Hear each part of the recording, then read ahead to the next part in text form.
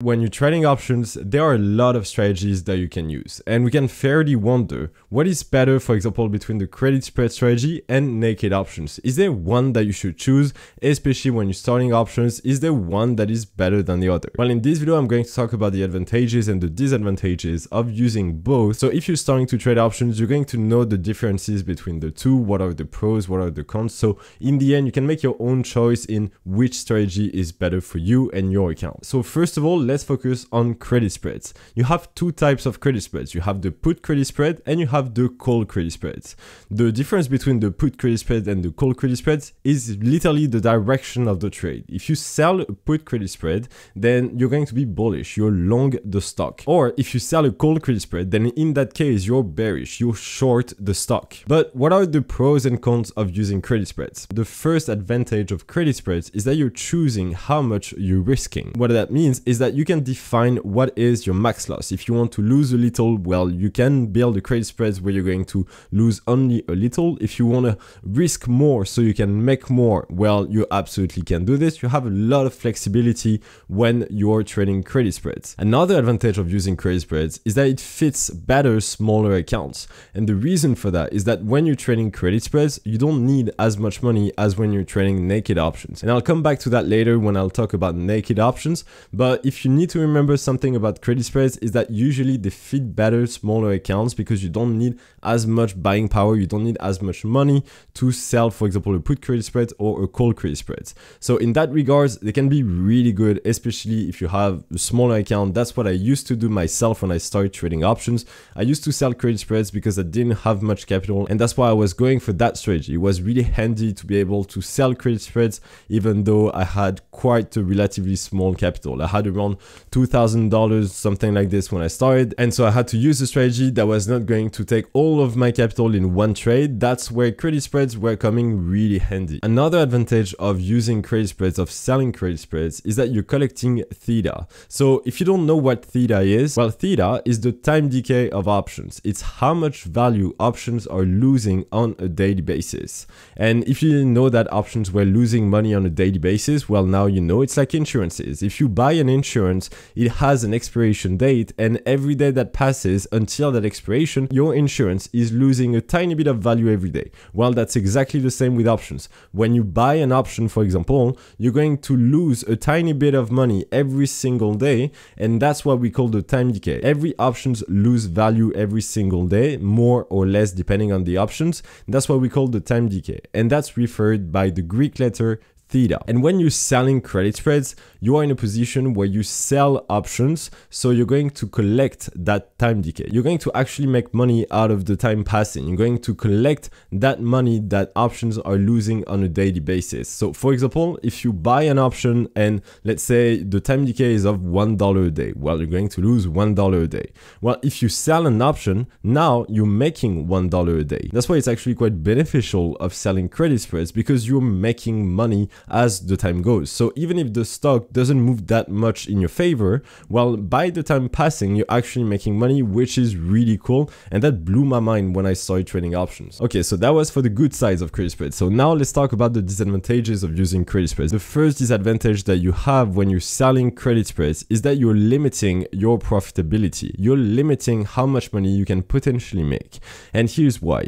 When you're selling a credit spread, as I said before, regardless if you're selling a put credit spread or call credit spread, you're going to sell an option, but you're going to buy an option at a cheaper price. Well, because you're buying that option that in the end limits your potential max loss, it also limits your profitability. So if you were not actually buying that option, you would risk more, but you would make more. And that's what we're going to talk about naked options. But just remember that when you're selling a credit spread, you're going to limit your profitability compared to selling naked options. So in that regard, that can actually be a disadvantage because you're not going to make as much money as someone who would sell a naked option.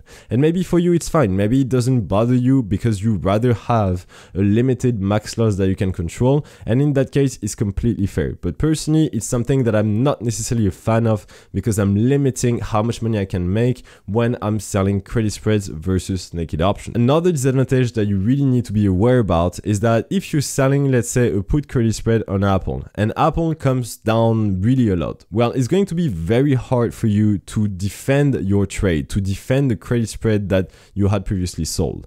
And if you don't know what defending is when we're talking about trading options, well, when you're trading options, and you'll see this when I talk about naked options after, there are ways where you can actually defend your losing trades, so hopefully it comes back in your favor without needing the stock to come back as much. If you don't know what I'm talking about, just watch some of my videos where I talk about rolling options. I explain it in more details. I won't go into too many details here, but if you need to remember something is that if you're selling a credit spread and it goes against you, think of it as you're not going to be able to do anything, almost nothing. And it's going to be a pain when it goes against you because you won't be able to do the things that you could do with naked options when it goes against you. That's why credit spreads might be a bit annoying in that regards, because you're not able to defend your position as much as you would be able to when you're trading naked options. Once again, I won't go into too many details here. I'll post in the description of this video a video where I explain what defending a position is, what rolling is, and cost basis. So if you want to learn more about this, you can go in the description and watch that video. So now that we talked about credit spreads, now you have a good understanding of credit spreads. It's a good strategy if you want to limit how much money you can lose. It's a good strategy because you're collecting money as time goes, but it can also be quite an annoying strategy because you're not able to make as much money as you could because you're buying that option. So as much as you're limiting your max loss, it's also limiting your profitability. And when it goes against you, it's very hard to defend. So now let's talk about naked options. So if you don't know what naked options are, well, it's very simple. So if you don't know what naked options are, remember that I just said that when you're, for example, selling a put credit spread, you're going to sell a put and buy a put at a lower strike. Well, in the case of a naked option, that would just be sell a put, nothing else. That's what we call naked, because there is not that option that we buy on top of that so as to limit our max loss. The advantages of selling naked options, for example, let's say on Apple, you just sell a put. Well, compared to someone that would have sold a put credit spread on Apple, first of all, you're going to make more money. The reason why is that you don't buy that option that you buy when you're selling credit spreads.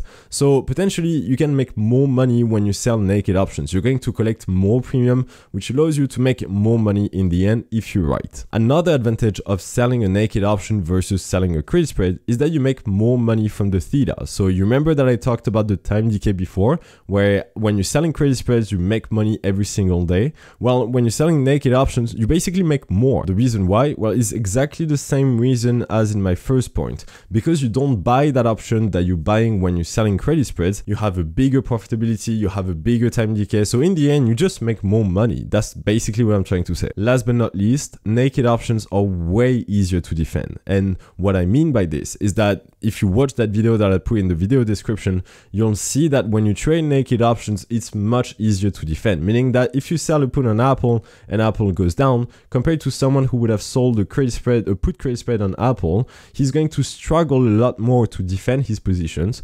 Us, because we sell naked options, is going to be a lot easier for us. In the big picture, that's exactly why naked options can be quite cool, is that you make more money, it's easier to defend. I mean, basically it's all good, right? Well, actually there are some disadvantages that you really need to be aware about if you're considering trading naked options.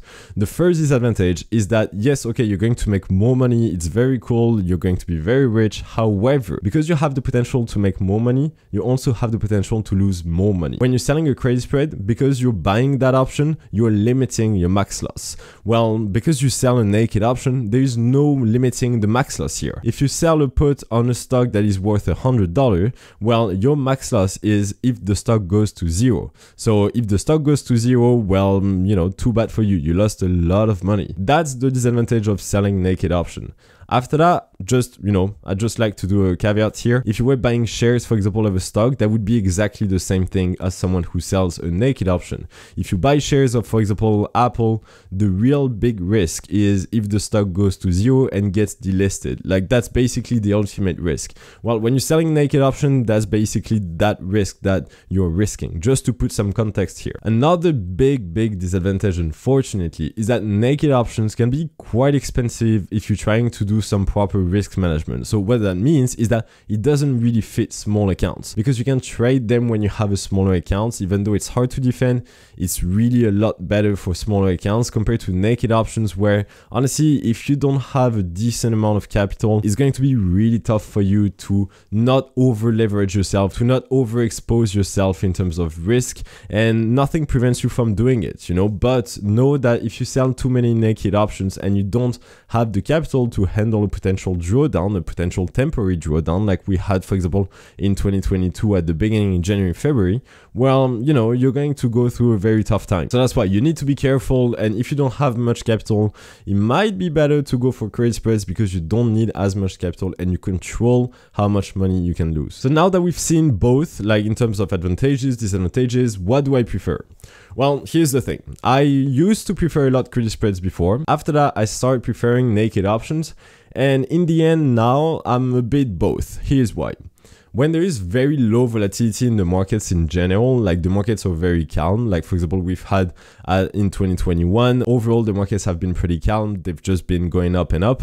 In that case, I prefer trading credit spreads, and here's why. Usually, the riskiest time to trade is when nothing happens in terms of volatility. When you're in a period like, for example, 2022, where we've had a lot more volatility, the markets have been going down, etc., etc., well, it's actually not that risky to trade. And I won't go into too many details about expected moves and everything, but that's for that reason that when the volatility is low, and by low I mean if the VIX, which is the implied volatility for the S&P 500, when the VIX is under 20, I would tend to sell credit spreads. I would tend to protect myself more.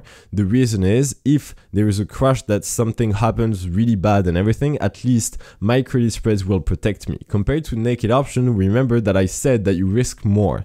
So if there is low volatility, I'd rather go trade credit spreads because I can protect myself better. But in high volatility environment, as I said before, because it's less risky to trade, actually, it's quite counterintuitive, but I'll probably make a video about expected moves and why it's actually quite important to understand the context in which you're trading in. When you are in a high volatility environment, it's actually where I'll go trading naked options. And I've been doing this for quite a while, where I switched from trading credit spreads in low volatility environments to trading naked options in high volatility environments. And honestly, it's been really, really good. So I don't think I have necessarily a favorite, even though maybe that I would tend to go toward naked options because you make more money, etc., etc. But I think it's still important to trade credit spreads, especially when the VIX is low, under 20, because that's how I protect myself if there is a big down move all of a sudden, if there is a crash or something. And following the VIX is always very good because it gives you context around what is the expected move of the S&P 500 as of right now, which is really, really important to understand so you can know which strategies to go to. Let me know if you have any question. I'll be happy to answer any comment or any question that you might have. Please make good and informed decisions. I'll see you in the next video, and in the meantime, I wish you all the best.